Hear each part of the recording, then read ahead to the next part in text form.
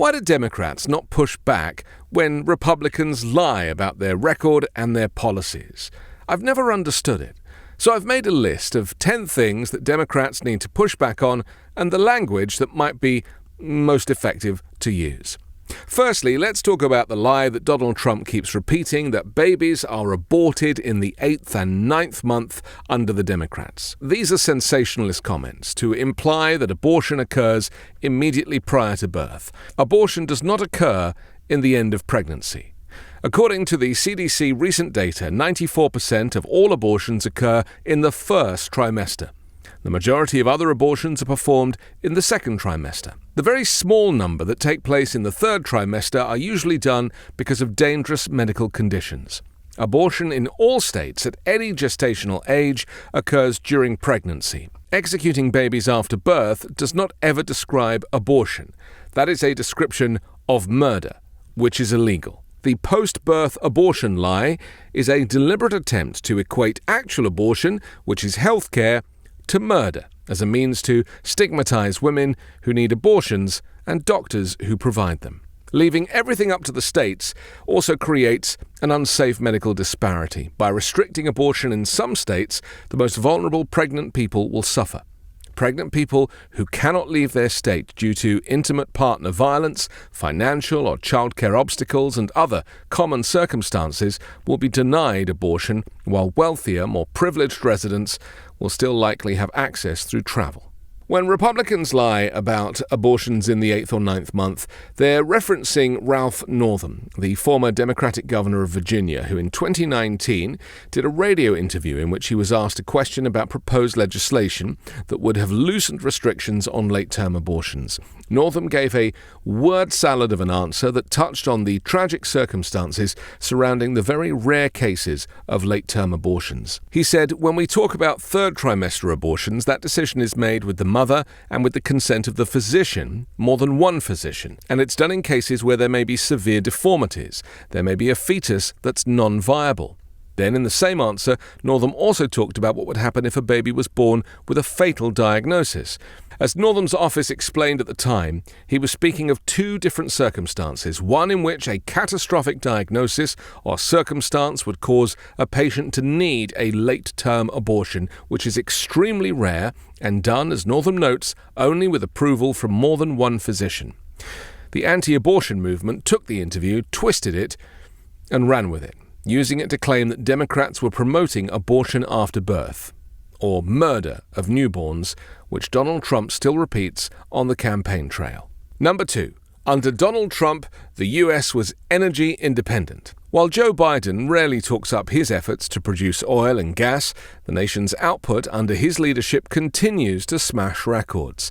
And starting under Trump's tenure, the US began annually producing more crude oil than any country ever.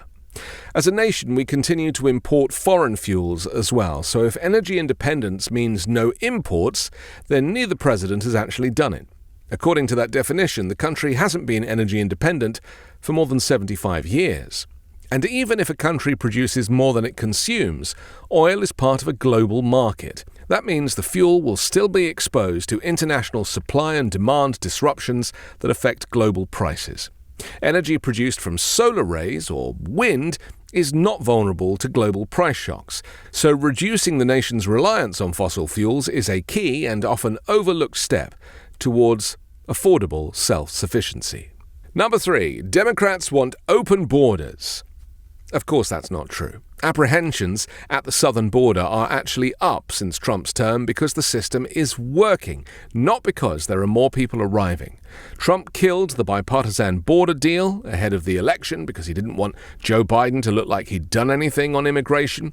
Plus, Kamala Harris was never the border czar. Biden tasked Harris with leading the administration's diplomatic campaign to address the root causes of migration from Guatemala, Honduras, and El Salvador, including poverty, corruption, and violence.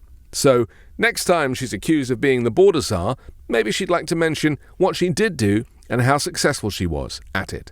While Donald Trump has claimed that he will instigate mass deportations should he regain the White House, deportations have actually soared under Joe Biden. Over 1.4 million people were deported in 2022, with a record number repatriated in recent months. Under the Biden administration, the difference between approved and denied applications has balanced out more. The introduction of stricter asylum crossings in June this year will likely have impacted the numbers recorded. Asylum, as you know, is a legal right that allows people to seek safety in another country after fleeing persecution or a well-founded fear of persecution in their home country. It is international law. Asylum seekers must demonstrate that they are unable or unwilling to return to their country of origin.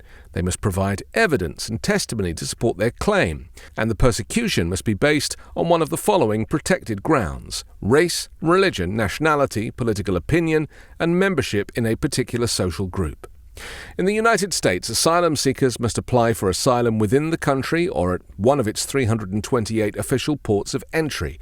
The application process involves interviews, submitting evidence to support the claim.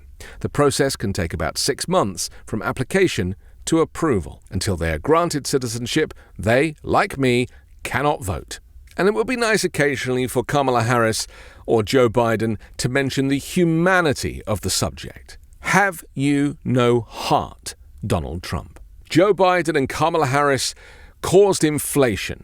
Well, COVID-19 caused inflation, caused it to soar worldwide in 2021. It was not caused by the Biden administration. It was actually brought down by Joe Biden's administration. Prices remained high in the US because of grocery store price gouging, because of the nature of unregulated capitalism in the US. The COVID-19 inflation surge followed over 2 decades of low and stable inflation, which Donald Trump is trying to take credit for. Actually, the economy did not change under Donald Trump. He merely inherited a growing economy from Barack Obama. Things only changed when COVID hit. Number 5, she's trying to rig the election.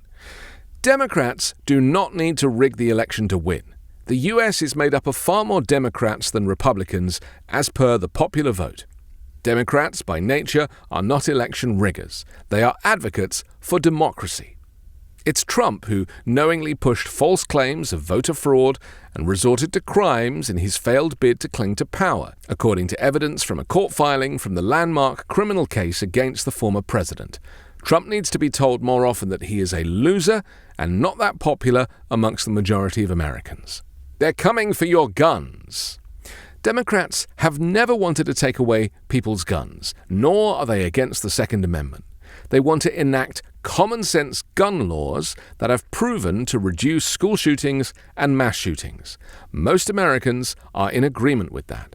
It's only the Republicans and pressure from the National Rifle Association that forces this false argument that Democrats are coming for your guns, when they're not. Why hasn't Kamala Harris done all this stuff already, Donald Trump says. He complains that she's been in office for 4 years. Why hasn't she done it? The reason that Biden and Harris have struggled to enact some of their agenda is because Republicans block every piece of legislation that Democrats propose, which also meant that the Vice President, Kamala Harris, was chained to the Senate to provide the deciding vote. Number 8, Israel, Gaza, the Palestinians. A very important subject and one that, unfortunately, Kamala Harris really struggles to answer.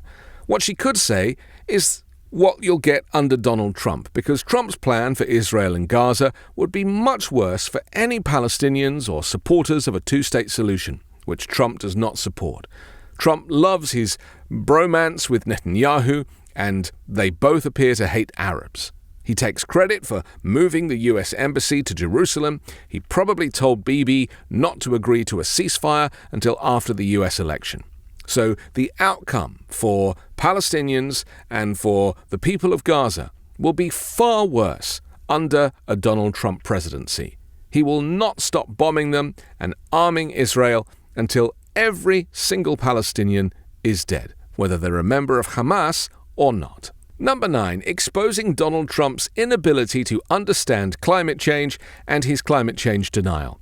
His misunderstanding of it as clean air and clean water. I've also heard Kamala Harris refer to it as clean air and clean water, and that's not what climate change is.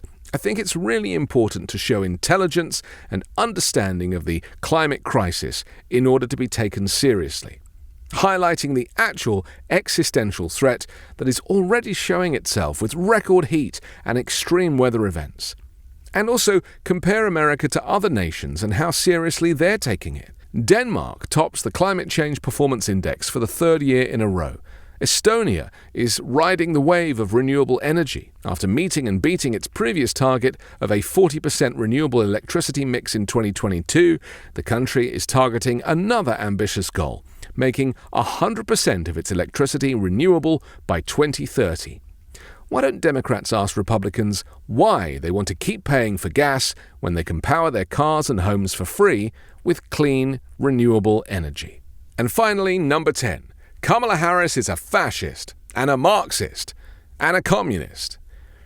Can she be all three of those at the same time? I mean, pick an ist. Which is she, a fascist, a Marxist, or a communist? And can Donald Trump even define what Marxism or communism or fascism is?